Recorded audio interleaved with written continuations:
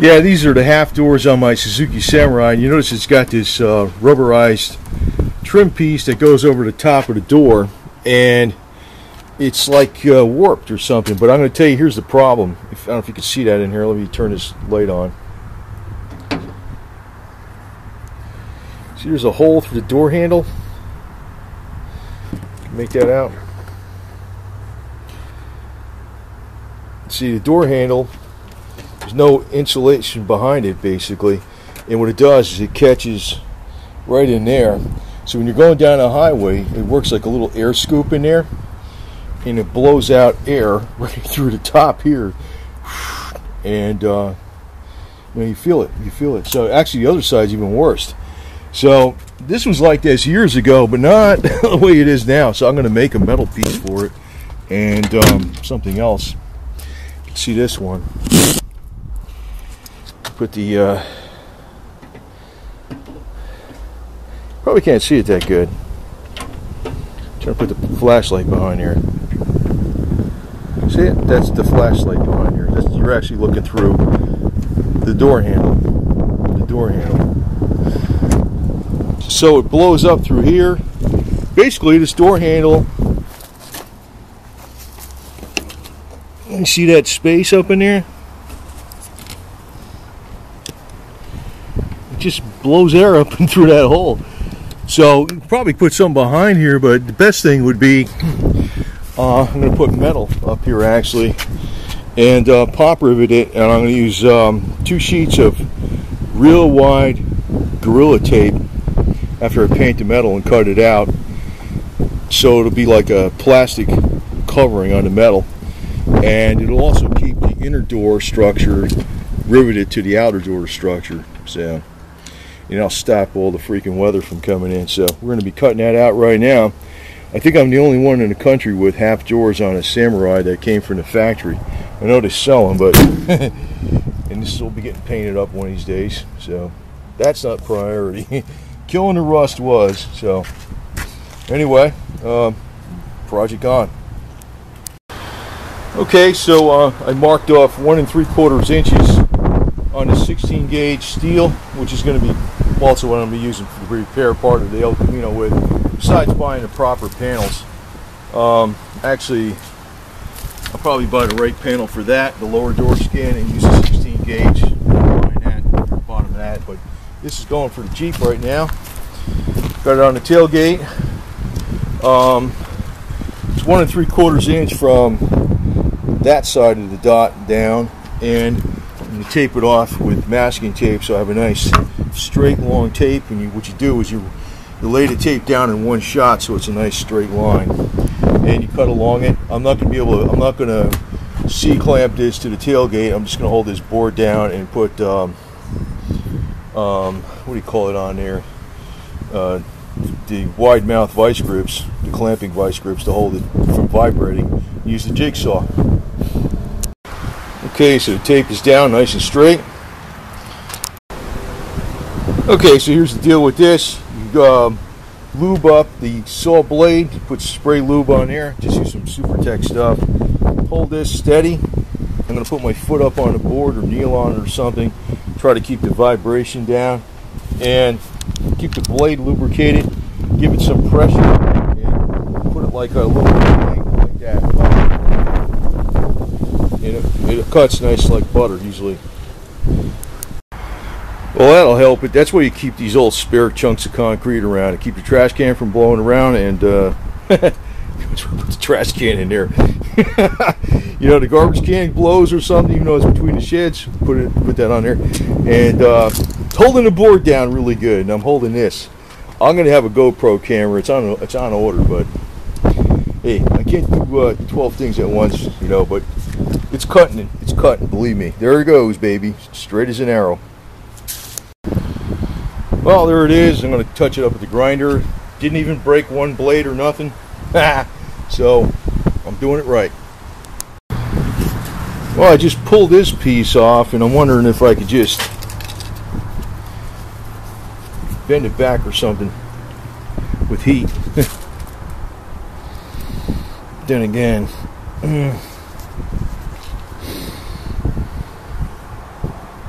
I don't think it's going to be that freaking stupid thing. Always, like, if it's really cold out, there's always a little draft that comes up in here. So I laid this piece up on here. What I got to do is cut out a little notch for this. Cut out, you know, trace this along here, right along here. Cut out the hole for that. I'll have it like exact. Then I'll double layer it with Gorilla Tape and pop rivet it down. It'll actually, it'll make this door stronger even. So yeah, man, I got an inner brace on my, wow, shit. I probably put a steel girder in this door too, for all I know. That wouldn't be a bad idea. Stick a steel girder in this shit right over here, like inside. Might do that. Anyway, so I don't think I can ever get this to seal that perfect. I might be able to put a lot of goop behind it, but nah, I'm going to go with this. So anyway, let's trace out where I got to cut and hit it with the grinding wheel, cut off wheel, whatever the hell it is, drill, and get her done. Okay, so this is what we got. Looks like we got enough clearance there. Goes along here. We got a little slight bend there, and goes down.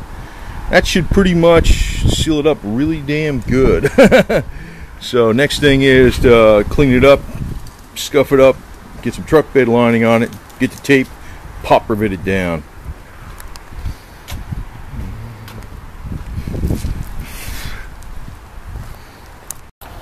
Well, I cut the second piece, and still got the same blade on there, so that tells you I cut the patch panels out for the bottom of the fenders for the Jeep. Cut 2 long cuts here. These are 3 feet cuts, so 6 feet of 16 gauge.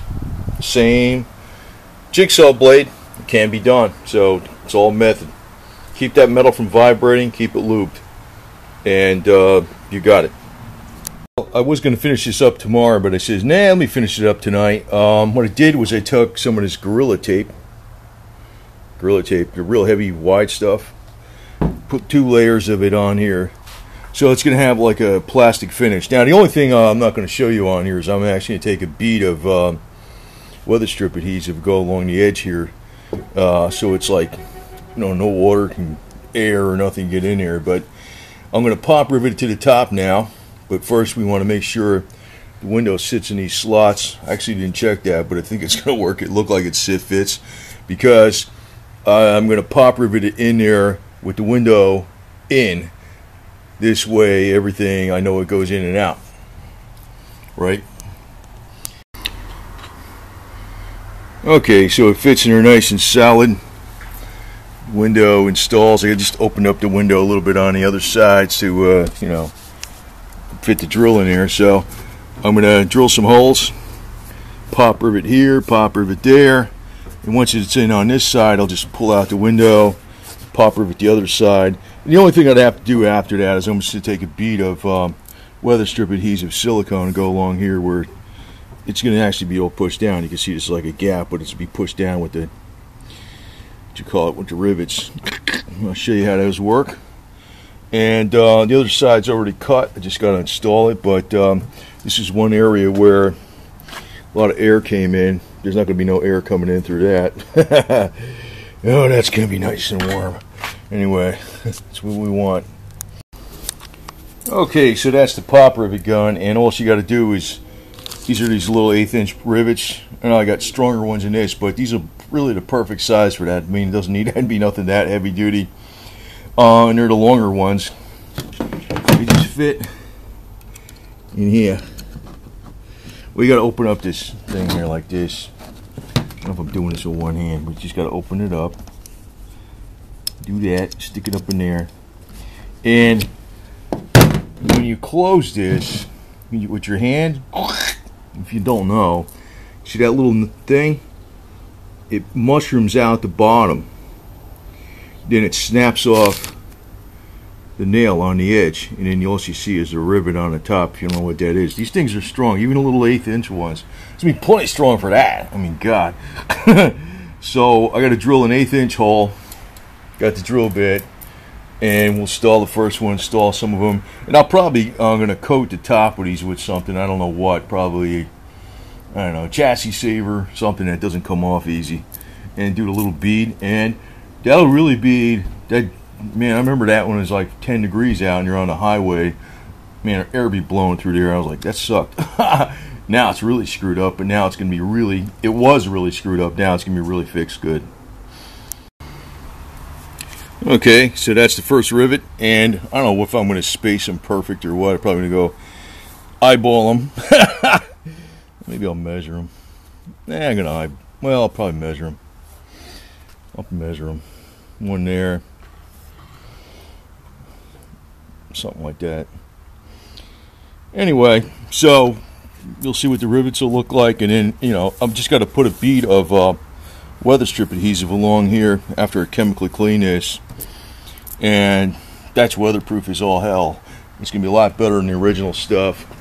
This stuff was never that great because even when I first got this thing, it was kind of warped, and it warped even more, and I could make it work. But, and by the way, this is where the nail head fall. You know, some people know this shit inside out, but see, the nail head falls out. That's what's left when you squeeze out that your rivet. Probably people know that. I don't know.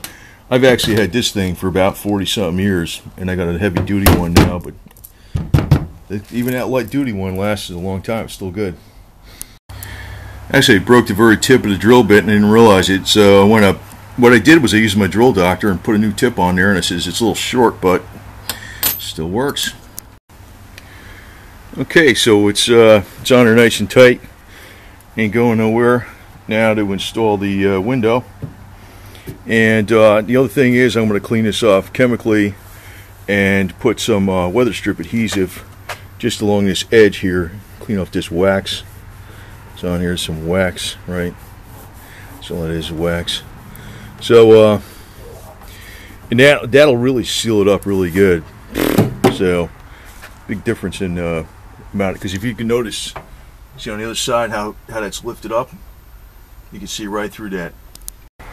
And the window installed, no problem. So it's right size.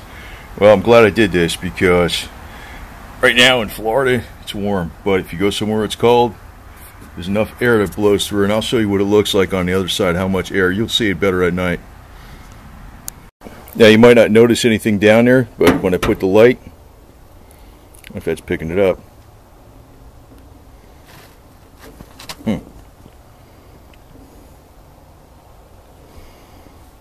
I could see it.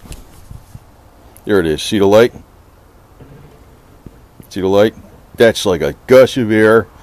And if you're going down the highway, it's like a 1-inch hole that just fills up, just catches it like an air scoop, and it blows right out of this hole, right onto your neck. So, I'll be doing this tomorrow. So that's how you do it. It's just a matter of patience and time and effort, whatever.